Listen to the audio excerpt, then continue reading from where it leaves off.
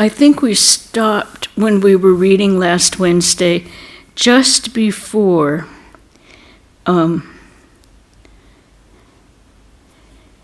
we were going to read Swami Akhandananda's reply to the letters that he had been getting. The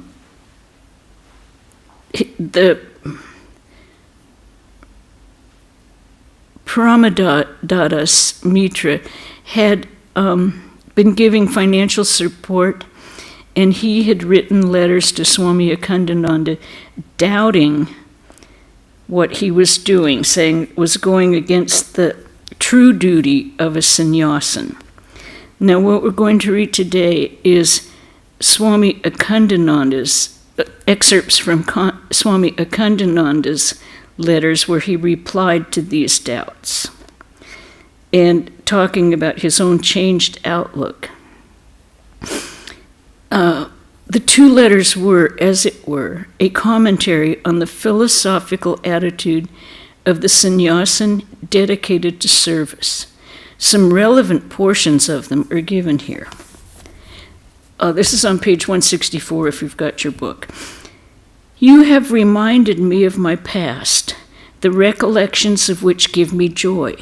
But times have changed. Man's life is always changing. The soul is changeless. I am no more fond of traveling. When I went to the Himalayas, I was a different man altogether. The present change in me astonished me too. In those days in the Himalayas, the very sight of a man was distasteful to me, and I shunned the villages and the society of man, and loved to live on solitary mountaintops infested with beasts of prey. Thus I lived a solitary life for many years together. But now I find the very I that shunned man and traveled over the high peaks of the Himalayas sees God present in man and thinks that service to man is service to God. God seems to whisper in my ears, listen, this very man is the seer of the Vedic mantras. He came as Rama, Krishna, and other avatars. Verily, it is man that is everything. When human society reaches its crowning point of evolution, it is in this self-same man that we see the avatars, like Rama and Krishna. When that society degenerates, it is for man himself to raise it up. However, now let me answer your questions. In spite of being occupied in philanthropic works, entailing much expenditure, I have not had to think of money. Rather, most of my time has been spent and is being spent in the thought of God. And this also I know, that He is having His works done through us. For more than half an hour every morning and evening, I sit with the orphans to sing the glories of God. And then, in the Vedic manner, pray to God that His Spirit and power may descend upon us. My aim is to help the boys in building up their moral and spiritual life, and to make them fit for doing noble deeds. Working for the welfare of the many can only conduce to the growth of one's spiritual life, and can never bring about any harm whatever. To know the self, one must live alone, but surely not forever. The wider a man's sympathies are, the more tender and less sophisticated will be his heart. Service to beings makes the virtues, like control of body and mind, shine brighter, provided it is done without any selfish effort. Who is to practice this and who not?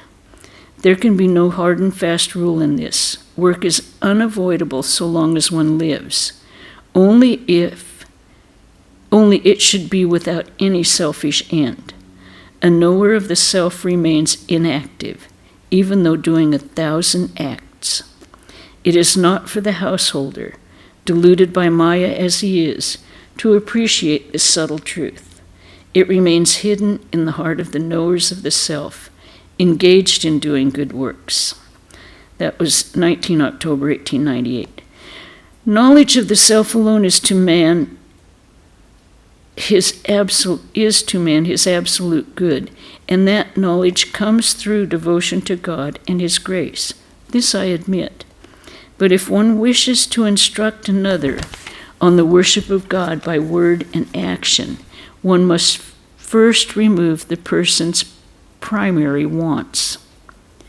If the Rajas, Maharajas, and rich Zamindars took upon themselves the task of removing those wants, the sannyasins who have left home would not have had out of pity to make the laborious efforts to help man earn his living. The rich householders have made their hearts like stone. No piteous wailings of suffering can pierce them, nor can dry scriptural texts ease the hearts of the poor. My Lord is here in my own heart and will ever be here. My Lord does not sit on the mountaintop, nor in the blue sky above. My Lord is my very soul. He is in every living thing. That God, in the guise of living beings, I always hear whispering to me, O man, the Vedic seers were men. The avatars like Rama and Krishna too were men. What a state has that man now come to? Do you not see it? Can he who hears these words sit still? To the service of this man God, I have dedicated my life. How many more lives are yet to be given, I cannot say. 10 January 1899. Now,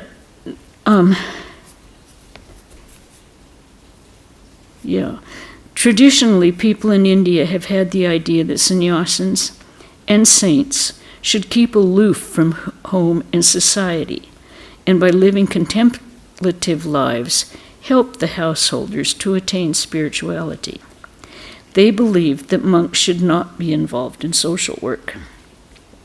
The learned Pramada Babu held such an outlook and looked askance at Swami Akhandananda's activities. These two letters were probably convincing enough to remove Pramada Babu's doubts on the matter. The magistrates of Murshidabad were entirely sympathetic towards the ashram and never failed, at the time of transfer, to introduce the new incumbent to the ashram Swami. They praised his untiring zeal and courage and sent aid in their personal capacity to the ashram. Besides the magistrates, other officers of the district, along with the European silk merchants, helped the institution with monthly subscriptions and grants. And as the financial conditions of the ashram began to improve, it was able to broaden the scope of its activity. In January 1899, a free primary school was opened there, and weaving and carpentry were introduced in order to encourage cottage industry. The object of founding the orphanage was to evolve a system of education that would develop the head, heart, and hand in a harmonious way. To this end, the Swami introduced for every student a course of training in agriculture or some other vocation, along with regular studies, as well as some kind of service to the needy. The students followed this course of training with great zeal. Many of the villagers had left their family trades for agriculture, which afforded them only a meager living. Now they sent their boys to the ashram industrial school to learn their family trades. The miserable plight of these half-clothed cultivators and laborers, always depending on others, pained Swami Akhandananda, and he thought, how helpless we are that we cannot produce our own cloth, but have to cover ourselves with cloth from abroad. And we know that this was taken up by Gandhi in a big way, with the spinning and the cutty that they were making. Towels were now being woven at the ashram. Spinning wheels were distributed among the peasant women who were supplied with cotton grown at the ashram, which they spun into yarn and brought back to be woven into cloth. Swami Akhandananda himself joined the boys in weaving. The Swami's first attempts at weaving were a trial. The yarn would snap, then the boys would come to the rescue. The odor of yarn at the loom was obnoxious, but he was unwilling to leave it. One day's labor produced only half a yard of cloth.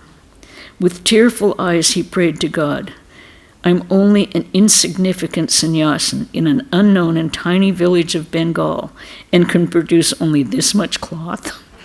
But even this little will helped to remove the nakedness of the 330 million people of India. Swami Subodhananda, while visiting Navadip, decided to come and see the new ashram at Shibnagar near Sargachi. The unexpected arrival of his brother gave Swami Akhandananda great joy. The boy-like Swami Subodhananda, familiarly known as Koka Maharaj, mixed with the boys so freely that they felt quite at ease with him. The clean surroundings and the activities appealed to him greatly. He particularly liked the new songs with their universal themes, which were sung in the mornings and evenings. He stayed at the ashram for nearly a month and never failed to join the boys in their songs.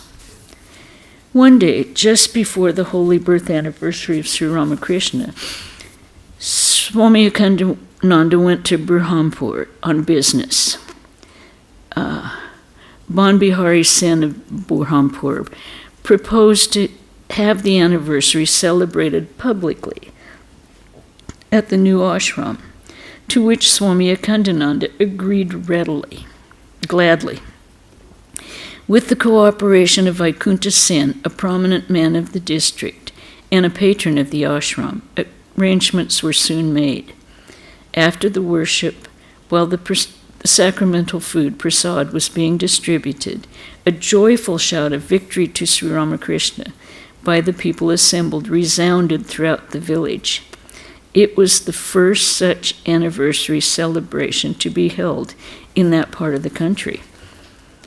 Owing to the selfless service of Swami Akhandananda, certain people of the village who had been accustomed to prestige and influence among the poor folk felt their power gradually being reduced. From the very beginning of the relief activities, they had done their utmost to prevent Swami Akhandananda from building the institution there, and they had tried to create harmful dissension in the village in their efforts to drive the Swami away. Locating the ashram in a decaying village, Swami Akhandananda had to fight a long fight against many odds, the details of which will ever remain in obscurity. First, his distractors wrote critical letters to Swami Vivekananda from Mahula. They then framed false charges against Swami Akhandananda's helpers in order to harass them. Finally, at the instigation of one of the Zemindar's petty officers, they filed a criminal suit against the Swami. A summons was served on him, which he ignored. His well-wishers, along with the members of the ashram, were apprehensive, but the Swami remained unperturbed. Later, on an appointed day, Swami Akhandananda was accompanied by Bijoy Bhattacharya, a firm admirer and supporter of the work, to appear before a newly appointed judge. During the hearing of the case, the deposition of the plaintiff's witness divulged the truth.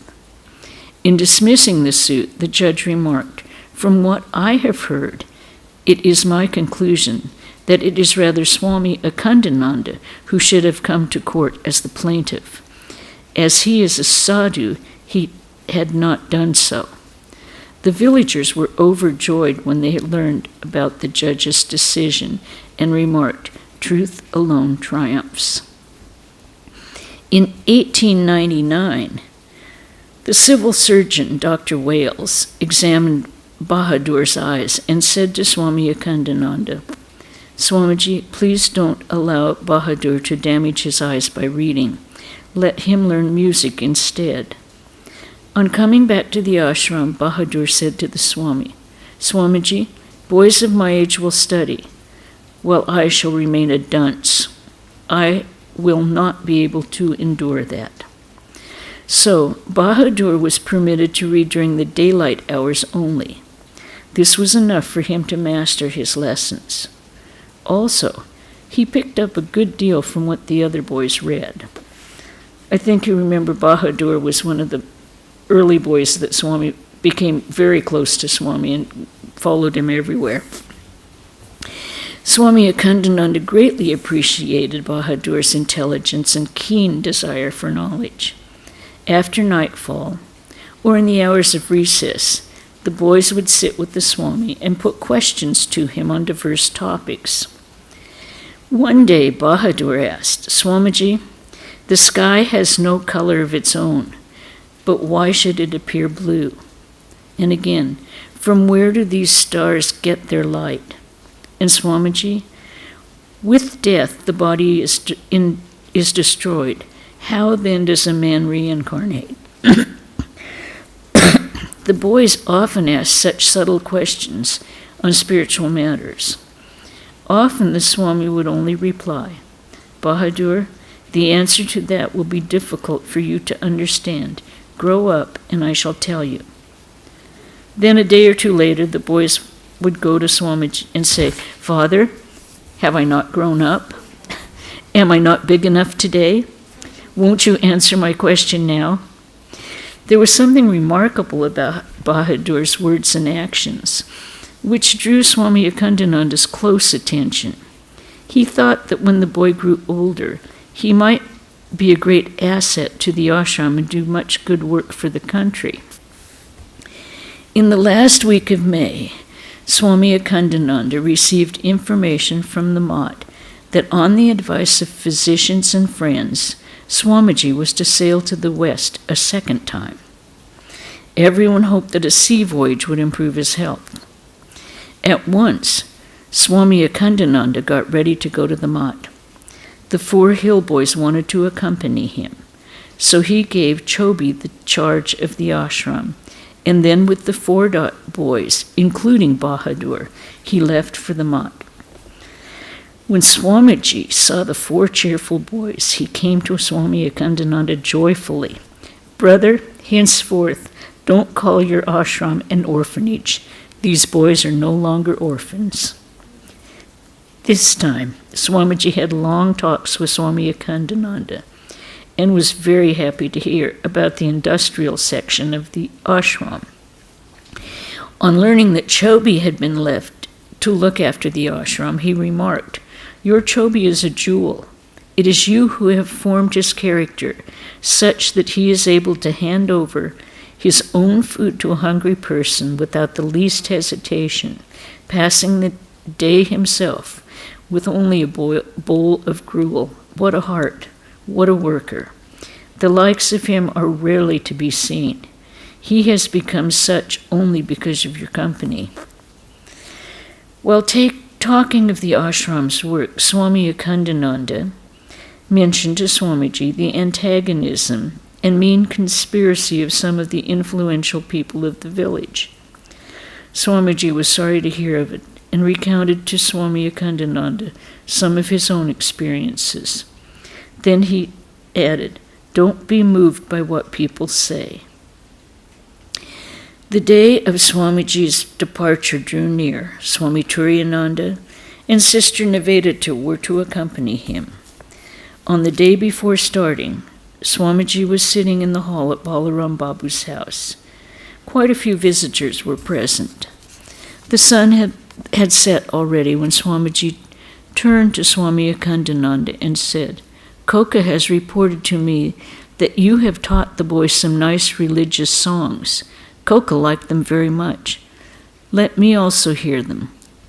At Swamiji's wish, Swami Akhandananda began to chant the Vedic prayers in that solemn atmosphere. The powerful musical voice of the Swami created a divine mood in the hearts of all who were assembled. Swamiji sat motionless for some time, and then praised the universal character of the prayers in which everyone could join. Swami Akhandananda told Swamiji, "The European officers and merchants donate to the orphanage.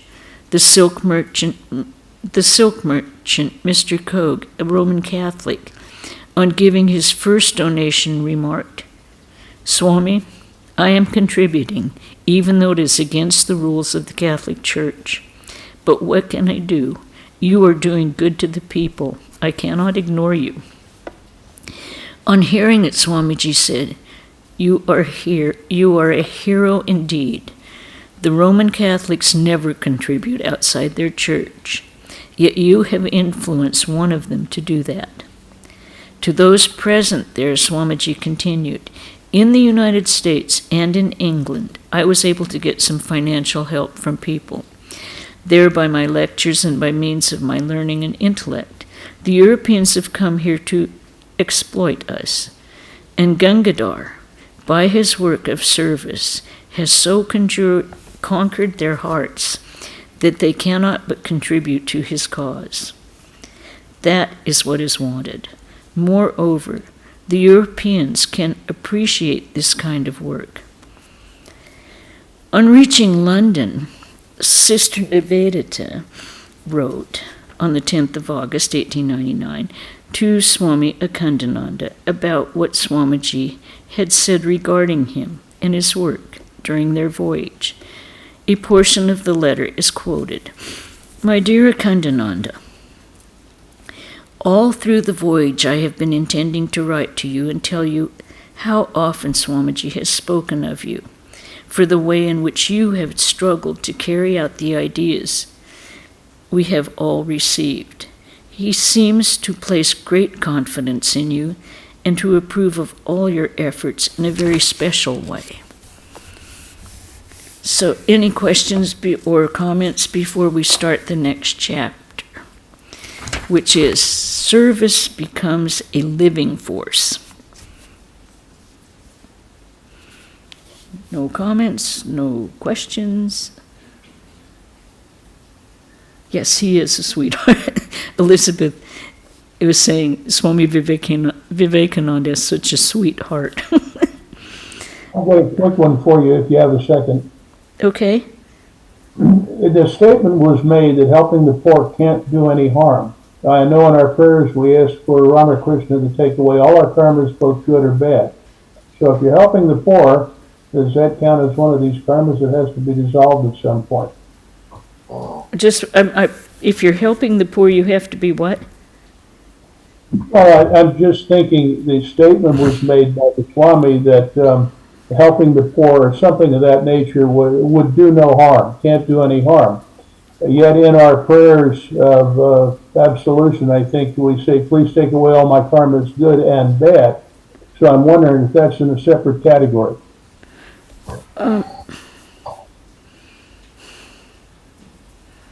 Well, John, I think when he says serving God in man and helping the poor can bring no harm to yourself, but because it is, as soon as you start to help someone else without a selfish desire, without expecting something in return, then you're decreasing your ego.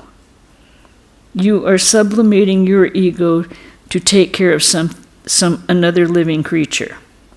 Okay, it just seems a little strange. I mean, obviously I'm getting used to this, that we not only have to atone for our bad deeds, but our good ones too.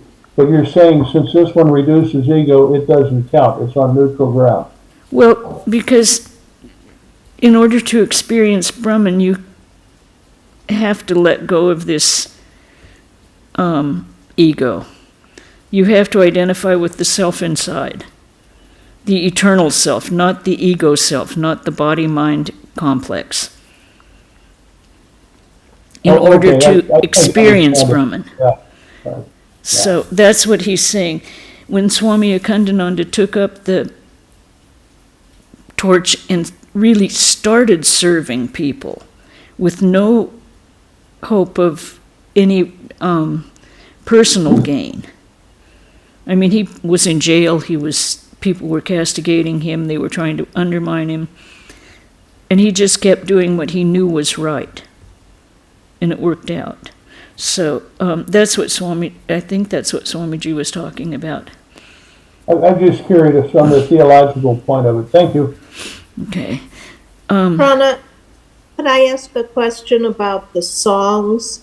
I'm not clear as to why Koko Maharaj was so impressed with the songs. Was it that the children had learned the songs and they were singing them in their own, or was it, and then when Akhandananda went and saw Swamiji, he was repeating Vedic chants. I don't understand either. I'm returning. Oh, okay. Some of those things are just, I didn't know. I have no idea. Yeah. Okay, no problem. Okay. It was kind of puzzling. Yeah, me too. Okay. Okay, part 2. Service becomes a living force. In the year 1899, towards the end of the year, a sepoy came to Swami Akhandananda at Shibnagar. After saluting the Swami, he gave him a government letter. With the sepoy were 2 boys. Swami Akhandananda learned from the letter that 2 notorious thugs, Golap Shah and Bodhan Shah, along with 2 others, had been arrested in Murshidabad for counterfeiting. 2 small Muslim boys were taken by the police along with the outlaws. According to the law, the 2 innocent boys, 7 or 8 years of age, were to be kept in an orphanage for a year. The boys' names were Babar Sheikh and Imam Sheikh. They had been kidnapped by the dacoits in their infancy. Everyone knows dacoits are robbers. By God's grace, they had now been saved from the clutches of those wicked men. They were admitted into the orphanage, and Swami Akhandananda's natural affection and kindness removed their fear and shyness. The boys soon joined in all the activities of the ashram. When the morning and evening prayers were held, they performed their Islamic prayers separately. When Swami Satchidananda saw their happy adjustment, he sent a report to the Brahmavadan. The heavy monsoon rains had flooded some parts of the land that year.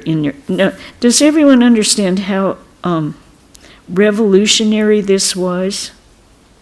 To have a Hindu sannyasin take in 2 Muslim boys and to have them share their daily activities at that time. When you presented in these books, it sounds like, oh, okay, so the 2 boys were taken in, but it's actually quite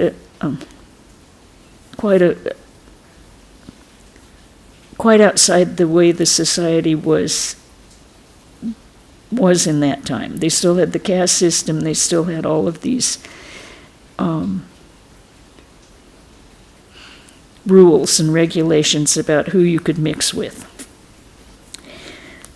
The heavy monsoon rains that flooded some parts of the land that year in nearby villages had flooded some parts of the land in nearby villages. One day, Swami Akhandananda was on his way to a neighboring village. Babar, and some of the other boys were with him. A short distance away, a small boy was seen to slip suddenly and fall into a swiftly flowing stream. Seeing him struggling against the strong current, Bahadur ran with lightning speed, jumped into the stream, and pulled the boy out. Any delay, the boy might have been drowned. Now, Bahadur by this time must be 9. Okay. With the rains came an outbreak of cholera in a village near the ashram. Hearing that 4 or 5 men had already fallen victim to the disease, Swami Akhandananda went to the village with his box of homeopathic medicines. All those whom he treated recovered. He had the village fumigated with sulfur and advised the people to take their precautionary measures. Through God's grace, the disease soon subsided. Swami Akhandananda became widely known in many villages for his successful treatment of cholera. Patients had complete faith in his selection of medicines. One night, he had just retired when he heard someone calling him. Hurrying out, he found a patient waiting for him. He listened to the man's complaints and gave him a dose of medicine, which soon brought him relief. Similar instances were numerous. And I think we'll stop there because then we're going on, we'll go on with more instances of this.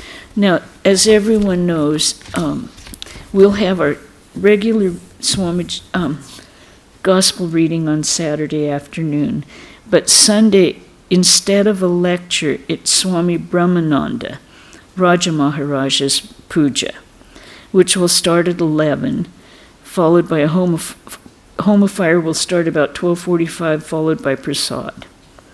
So all of you are invited to that. And the next Sunday, I'm going to give you a hint, will be the Call of the Spirit by Swami Mahayogananda.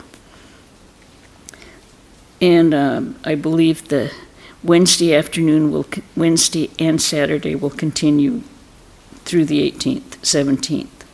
So, any other comments or questions? Yeah, do you have one? I do, yeah.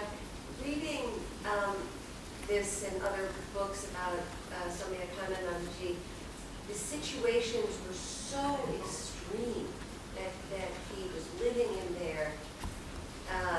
The lack of food, the lack of clean water, it's overwhelming. It's almost hard to relate to. Well, it's still happening in many parts of the world. Yeah. And people are doing magnificent things to help others out. I mean, it still goes on. She was saying all of this with the lack of food, the lack of clean water, the disease is overwhelming when you think about it. And these people go out and they just start working and helping in the villages. But it still goes on. There's still so many places that people don't have clean drinking water. And they don't have medical help. I mean,